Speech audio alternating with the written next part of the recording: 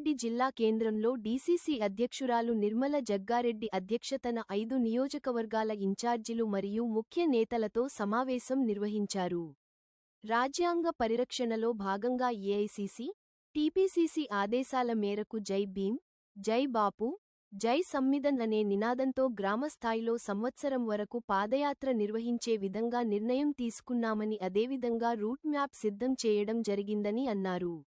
ఈ సందర్భంగా డీసీసీ అధ్యక్షురాలు నిర్మల జగ్గారెడ్డి మాట్లాడుతూ రాజ్యాంగంపై కేంద్ర ప్రభుత్వం అవలంబిస్తున్న తీరును మండల స్థాయిలో గ్రామస్థాయిలో ప్రజలకు వివరించాలి అన్నారు. కేంద్ర ప్రభుత్వ పాలనలో రాజ్యాంగం ప్రమాదంలో ఉందని దానిని మార్చేందుకు కేంద్ర ప్రభుత్వం కుట్ర చేస్తుందని అన్నారు.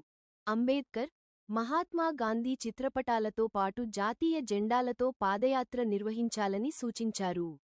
కాంగ్రెస్తోనే రాజ్యాంగ పరిరక్షణ సాధ్యమవుతుందని అన్నారు. ఈ సమావేశంలో మాజీ మంత్రివర్యులు Chandrashekar, Telangana food corporation chairman M A Faheem, sports authority chairman Shivasena Reddy, fisheries corporation chairman Mettu Saikumar, Zaheerabad Narayankhed నియోజకవర్గ ఇన్ఛార్జ్ ధనలక్ష్మి, టీపీసీసీ కార్యదర్శులు తోపాజి అనంతకిషన్, జూలకంటి ఆంజనేయులు, ఆత్మ కమిటీ చైర్మన్ ప్రభు, సీడీసీ చైర్మన్ రామ్రెడ్డి, యువజన కాంగ్రెస్ రాష్ట్ర కార్యదర్శి కూన సంతోష్ తోపాటు అన్ని నియోజకవర్గాల ముఖ్య నాయకులు కార్యకర్తలు పాల్గొన్నారు.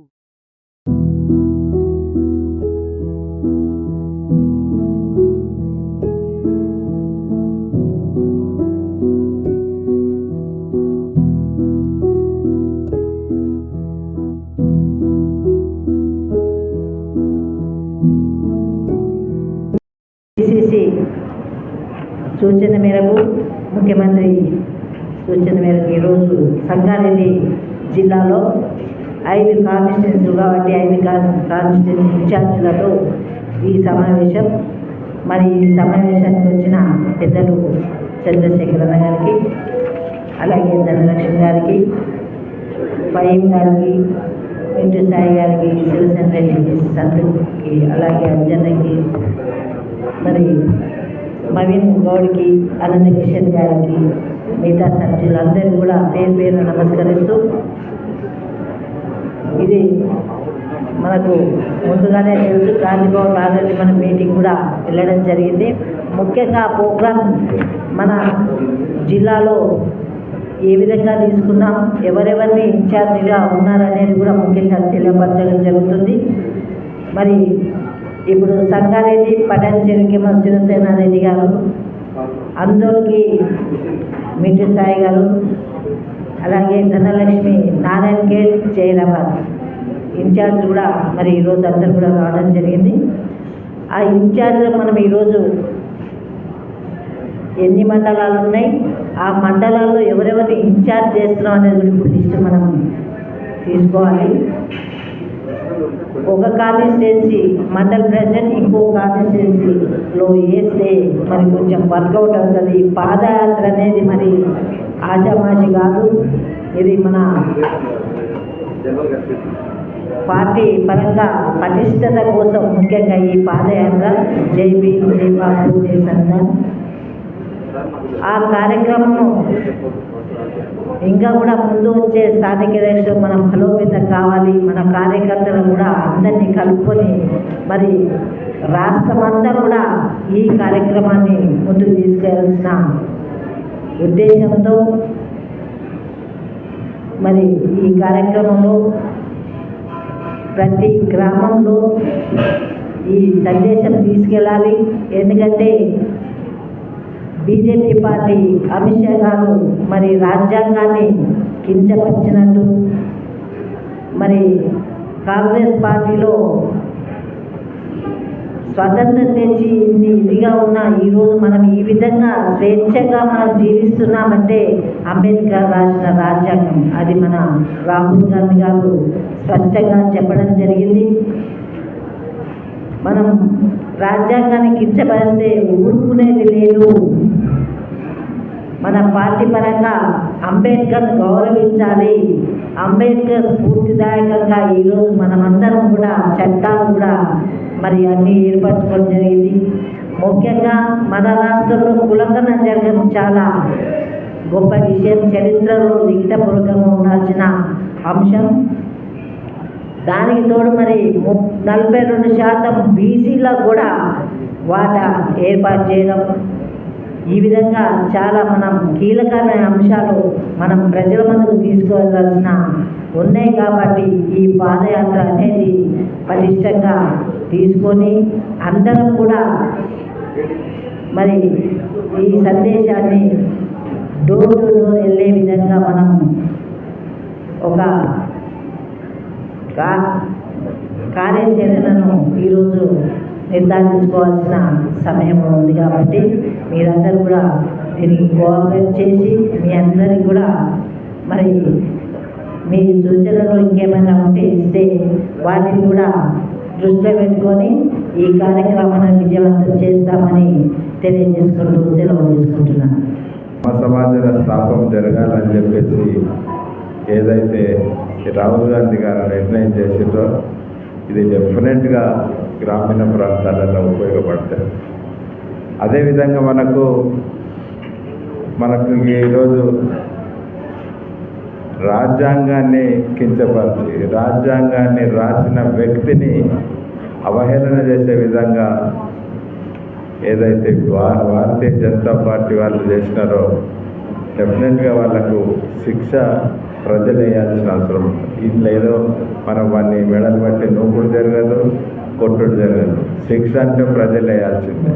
ప్రజలు శిక్ష వేయడానికే ఒకటే ఎలక్షన్లో వాడిని వ్యతిరేకించి వాడిని గెలవనీయకుండా చేస్తే అది పెద్ద శిక్ష కింద వస్తుంది. కాబట్టి ఇది జరగాలంటే గ్రామీణ ప్రాంతాలలో వాళ్ళు చేసిన మూర్ఖత్వం ప్రజలకు తెలవాలి. కాబట్టి ఈరోజు ఈ యొక్క యాత్ర ద్వారా డెఫినెట్గా తెలవడానికి అవకాశం ఉంటుంది.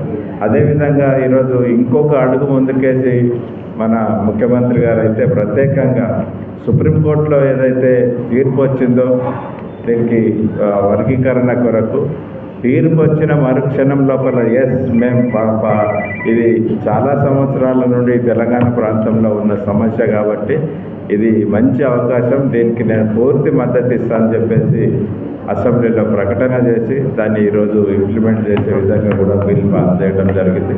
నిజంగా కూడా తెలంగాణ ప్రాంతంలో ఉన్న ముఖ్యంగా అన్ని కులాల వారు ఏదైతే 92 కులాలు ఎస్సీలలో ఉన్నాయి, అందరికీ సమానమైన అవకాశాలు దొరకాలని చెప్పేసి తీసుకున్న ఈ యొక్క నిర్ణయం మొత్తం యావత్ కులాలన్నీ కూడా 92 ఎస్సీ కులాలందరూ కూడా రేవంత్ రెడ్డి గారికి, ముఖ్యమంత్రి గారికి తప్పకుండా రుణపడి ఉంటాం. ధన్యవాదాలు కూడా తెలియజేస్తాం. ఇదే కాకుండా ఈరోజునే మనిషికి ఊపిరి ఎంత ఇంపార్టెంటో దేశానికి రాజ్యాంగం అంత కీలకమైనది. అటువంటి రాజ్యాంగాన్ని మనం పరిరక్షణ చేసుకోకపోతే రాబోయే రోజుల్లో క్రమశిక్షణ పోయి తర్వాత ఒకరికొకరికి సంబంధాలు లేకుండా అంటే దేశానికి పట్టు అనేది కోల్పోయే పరిస్థితులు కనబడుతున్నాయి. వాటిని కాపాడుకునే పనిలో ఈరోజు ఏ భారతదేశాన్ని అయితే ఈరోజు బ్రిటిష్ సామ్రాజ్యాన్ని బయటికి పాలదోపి భారతదేశాన్ని కాపాడుకొని స్వతంత్రం తీసుకొచ్చిన కాంగ్రెస్ పార్టీ చేసిందో అందులో భాగంగా అదే కాంగ్రెస్ పార్టీ ఖచ్చితంగా ఆ రాజ్యాంగాన్ని కాపాడుకోవాలన్న ఆలోచనతో ఈరోజు ముందుకు పోతుంది. దీన్ని గ్రామ స్థాయి నుంచి, ఎందుకంటే చాలామంది ఈ జనరేషన్ వాళ్ళు మర్చిపోయినారు. మహాత్మా గాంధీ గారు ఇదే కాంగ్రెస్ పార్టీకి ఆయన 100 సంవత్సరాలు పూర్తి చేసుకున్న సందర్భంగా ఈరోజు బాబు దాంతోపాటు అదేవిధంగా సంవిధాన్ జై భీమ్, ఈరోజు మనందరూ తెలుసు అంబేద్కర్ గారు ఏ విధంగా ఈ అందరికీ అంటే ప్రతి బాధితుడికి కూడా కావలసినటువంటి పరిష్కారాన్ని తీసుకొచ్చేదే రాజ్యాంగం. 75 సంవత్సరాలు పూర్తి చేసుకున్న సందర్భంగా గ్రామాన ప్రతి ఒక్క విద్యార్థికి కానీ తెలిసే విధంగా ఈరోజు మనం తీసుకోవాల్సిన బాధ్యత మనందరి మీద ఉంది. అందులో భాగంగా మనం ఈ జిల్లాలో ఈరోజు నిర్మలమ్మ గారి ఆధ్వర్యంలో ఇందులో చంద్రశేఖర్ గారు, అదేవిధంగా మాజీ మంత్రివర్యులు ఫైవ్ గారు ఫుడ్ కార్పొరేషన్ చైర్మన్, అదే మెట్సారి కుమార్ గారు ఫిషర్మెన్ చైర్మన్ గారు, అదేవిధంగా ధనలక్ష్మి గారు TPCC secretary in charge, and Anjaneyulu గారు టీపీసీసీ సెక్రటరీ గారు, అదేవిధంగా రామరెడ్డి గారు, అదేవిధంగా తోపాజీ గారు, అందరూ గారు, అందరి ఆధ్వర్యంలో సంగారెడ్డి జిల్లాకు సంబంధించిన ఈ కార్యక్రమం ఏర్పాటు చేసింది. ఈ కార్యక్రమాన్ని నెక్స్ట్ మండల స్థాయికి తీసుకోవాలన్న ఆలోచనతో మండలాలుగా ఈ నెల 28 వరకు ఈరోజు 24 వరకు జిల్లా ముఖ్య మీటింగ్ ఏర్పాటు చేస్తారు. భారత రాజ్యాంగ నిర్మాణంలో కానివ్వండి, భారత స్వతంత్రంలో కానివ్వండి, కాంగ్రెస్ పార్టీ పాత్ర ఎంతో కీలకం మనకు తెలుసు. కానీ బీజేపీ వచ్చిన తర్వాత ప్రతిరోజు ప్రతి క్షణం ఏ క్షణాన ఏమంటున్నారు భారత రాజ్యాంగ నిర్మాణాలని కానివ్వండి, అదేవిధంగా దేశ పౌరులు కానివ్వండి ఏ విధంగా ఇబ్బందులు వస్తున్నాయో మీ అందరికీ తెలుసు. మొన్నటి మొన్న భారత రాజ్యాంగ నిర్మాత అంబేద్కర్ గారిని పార్లమెంట్ సాక్షిగా అవమానపరిచినప్పుడు కూడా ఏ క్షణాన కూడా మోడీ క్షమాపణ కోరే కానీ సంపాదించుకుంటూ ఇంకెన్నో పనులు మాట్లాడుతున్నారు. కానీ కాంగ్రెస్ పార్టీ నాయకత్వం రాహుల్ గాంధీ గారి నేతృత్వంలో, అదేవిధంగా ఖర్గే గారి నాయకత్వంలో భారతదేశంలో బాబు గారి నిర్మాణం, భారత రాజ్యాంగంలో అంబేద్కర్ యొక్క నిర్మాణం, ప్రతి గ్రామంలో దళితుల నాయకత్వంలో కానివ్వండి, బీసీ నాయకత్వంలో కానివ్వండి, అట్టడుగు వర్గాల నాయకత్వాన్ని పెంపొందించాలి, వారికి తోడుగా నీడగా కాంగ్రెస్ పార్టీ ఉండాలని తెలియజేయాలనే ఉద్దేశంతో ఎప్పుడు కూడా ఏ సమస్య వచ్చినా కూడా కాంగ్రెస్ పార్టీ జెండా ప్రతి గుండెల్లో ఉండే విధంగా ముఖ్యమంత్రి రేవంత్ రెడ్డి గారు, మహేష్ కుమార్ గౌడ్ గారు తెలంగాణ రాష్ట్రంలో వారి యొక్క నాయకత్వం ముందుకున్నాం. మా ఒకటే ఉద్దేశం, భారత రాజ్యాంగ నిర్మాతల్ని అవమానపరిచిన ఈ దుర్మార్గులు మరొక ముసుగులో రేపు భవిష్యత్తుని యువతని కానివ్వండి, మహిళలు కానివ్వండి, నిరుద్యోగులను కానివ్వండి వారి యొక్క జీవిత ఫలాలని అట్టడుగున పారేసే విధంగా మోడీ ప్రభుత్వం, అదేవిధంగా ఆర్ఎస్ఎస్ వారి యొక్క దుశ్చర్యల వల్ల దేశంలో రైతులు కానివ్వండి, బీసీలు కానివ్వండి, యువకులు కానివ్వండి వారి యొక్క జీవిత ఫలాలు కూడా అందుకునే విధంగా ఉన్నారు. వారి యొక్క ఫలాలు, వారి యొక్క నాయకత్వాలు, వారి యొక్క జీవిత విధానాలు కాంగ్రెస్ పార్టీ ద్వారా ముందుకు ఉద్దేశంతో కాంగ్రెస్ పార్టీ ఈ నిర్ణయించినందుకు చాలా చాలా ధన్యవాదాలు. ఎందుకు బాబు జై భీమ్ జై సంవిధాన్ ఈ కార్యక్రమాన్ని ఏఐసిసి ఆదేశాల మేరకు ఇక్కడ టీపీసీసీ మరియు జిల్లా స్థాయిలో ఈసీసీ మేము గ్రామానికి మండల స్థాయిలో తీసుకెళ్ళి ఈ కార్యక్రమం చేయడానికి ఈరోజు ఈ సభ నిర్వహించుకున్నాం. ముఖ్యంగా మీరు చూస్తున్నారు, భారతదేశం అంటే 30 రాష్ట్రాలు, 7 కేంద్రపాలిత ప్రాంతాలు, అందులో 5,97,608 గ్రామాలు ఉన్నాయి, 7,933 పట్టణాలు ఉన్నాయి. అంటే దీంట్లో దాదాపు 140 కోట్ల మంది జనాభా ప్రజలు జీవిస్తున్నారు. కానీ మీరు చూసారు 2014 తర్వాత ఎప్పుడైతే ఎన్డీఏ ప్రభుత్వం కేంద్రంలో వచ్చిందో అప్పుడు క్రమంగా ఈ రాజ్యాంగాన్ని కూనీ చేసుకుంటూ వచ్చింది. అంటే రాజ్యాంగం అంటే వాళ్ళకు గౌరవం లేకుండా రాజ్యాంగం పట్ల మూల స్తంభాలు ఏవైతే ఉన్నాయో ఈరోజు మీరు చూసారు 4 మూల స్తంభాలు ఈ రాజ్యాంగంలో ఉన్నాయి. ఒకటి ఏంటంటే న్యాయం, స్వేచ్ఛ, సామాన్యత, సోదరభావం. ఈ 4 మూల స్తంభాలని తరచు దాన్ని తుడిచే విధంగా ఈ బీజేపీ ఎన్డీఏ ప్రభుత్వం క్రమంగా పనిచేసుకుంటూ వస్తున్నాయి. కావున ఇవన్నీ చూసి భారతదేశంలో రాజ్యాంగ నిర్మాత అయిన అంబేద్కర్ గారిని కూడా ఏ విధంగా అయితే ఎన్డీఏ ప్రభుత్వం అగౌరవపరుస్తుందో దృష్టిలో పెట్టుకొని ఈరోజు ఏఐసిసి యొక్క ఆదేశాల మేరకు ఈ కార్యక్రమాన్ని సంవత్సరం పాటుగా దీన్ని చేయాలని మేము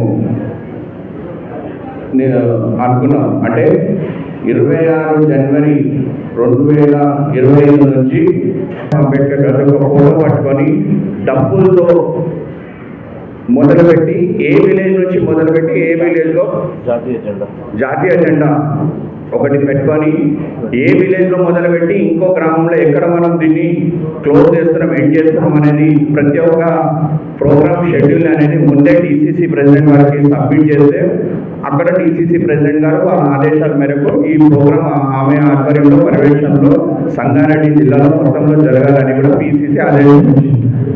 మన నేషనల్ నాయకత్వం దీన్ని ఒక యుద్ధంగా తీసుకోవడం అనేది జరుగుతుంది. ఇప్పుడు మన భారతదేశంలో భారత్ మాతాకి జై అంటే బీజేపీ అనేది ఒకటి తీసుకొస్తున్నారు. మన భారతదేశంలో 145 కోట్ల మంది జనాభా ఉన్నారు. ప్రతి ఒక్కరు ఎవరి భాష వాళ్ళది, ఎవరి మతం వాళ్ళది అనే నినాదంతో మనం ముందుకెళ్ళడం జరుగుతుంది. అలాంటివి తీసేసి ఓన్లీ మాదే బీజేపీ అంటేనే భారతదేశం అంటే బీజేపీ ఆర్ఎస్ఎస్ అనేది వాళ్ళు తీసుకురావడం జరుగుతుంది. మనకు రాజ్యాంగాన్ని రాసినటువంటి పెద్దలను డాక్టర్ బిఆర్ అంబేద్కర్ గారిని అవమానించినప్పుడే రాష్ట్ర నాయకత్వం ఈ నిర్ణయానికి తీసుకోవడం జరిగింది. ఎందుకంటే ఒక అంబేద్కర్ గారిని బీజేపీ వాళ్ళు ఇంత హీనంగా మాట్లాడడం ఏంది?